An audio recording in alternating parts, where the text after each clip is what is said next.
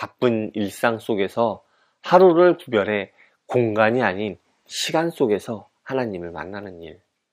그것은 단지 신앙적인 행위일 뿐 아니라 우리의 인간다움을 회복하는 일이기도 합니다.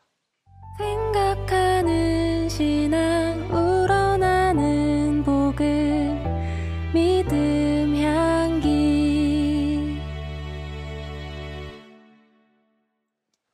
안녕하세요. 믿음 향기 채널에 오신 것을 환영합니다. 저는 이신영입니다. 여러분은 일주일에 하루 정도는 잘 쉬고 있으신가요? 저는 가급적 토요일에는 쉬려고 합니다만 그게 또 제 마음대로 되지는 않는 경우가 꽤 많습니다. 계속 몇 주 연속으로 토요일에 일정이 잡히면 개인적으로는 좀 힘들더라고요. 그럴 때 쓰라고 휴가도 있는 거겠죠. 오늘 나눌 책은 안식일에 대한 책입니다. 아브라함, 요수아, 헷셀의 안식입니다. 먼저 이 책의 핵심 내용을 간략히 살펴보죠. 이 책은 유대교의 신학자 아브라함, 요수아, 헷셀이 안식일의 영적 의미를 깊이 있게 성찰한 책입니다. 단순히 쉬는 날로서의 안식일을 다루는 것이 아니라 우리가 살아가는 시간 자체에 대한 근본적인 질문을 던지는 책이죠. 헷셀은 우리가 살고 있는 문명이 공간 중심의 문명이라고 말합니다. 우리는 늘 더 많은 공간을 차지하고 더 많은 물건을 얻기 위해 애쓰면서 살아가고 있죠. 그런데 유대인들의 전통은 좀 다릅니다.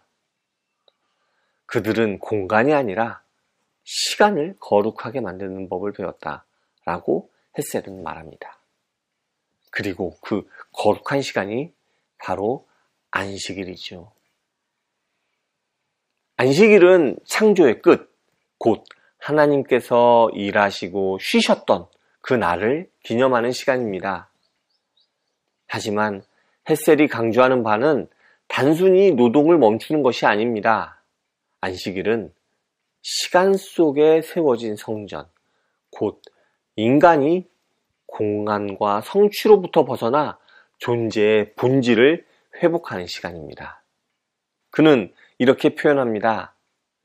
안식일은 영원의 그림자요, 다가올 세상의 전조다. 그래서 유대인들은 안식일을 여왕처럼 맞이합니다. 단순히 하지 말아야 할 규칙들이 있는 날이 아니라 영원히 숨쉬는 날, 하나님과 함께 걷는 날로 여기는 거죠. 이 책을 읽으면서 저는 한 가지 중요한 질문을 마주하게 됐습니다. 나는 시간을 어떻게 살아가고 있는가 하는 질문이죠. 생각해보면 우리는 늘 바쁩니다. 뭔가를 해야 하고 성과를 내야 하고 잠시 멈추면 뒤처질까 두렵습니다. 그런데 그런 삶 속에서 시간을 거룩하게 만든다는 헷셀의 말은 정말 낯설면서도 신선하게 다가왔습니다. 저는 안식일을 그동안 율법적인 규칙이거나 아니면 단순한 휴일로만 생각해 왔던 것 같습니다. 그런데 이 책은 저에게 안식일이 단순한 쉼이 아니라 존재 그 자체로 하나님 앞에 서는 날, 모든 생산과 성취의 욕망을 멈추고 하나님을 바라보는 시간이라는 사실을 가르쳐 주었습니다. 특히 인상 깊었던 구절 하나 소개해 보겠습니다.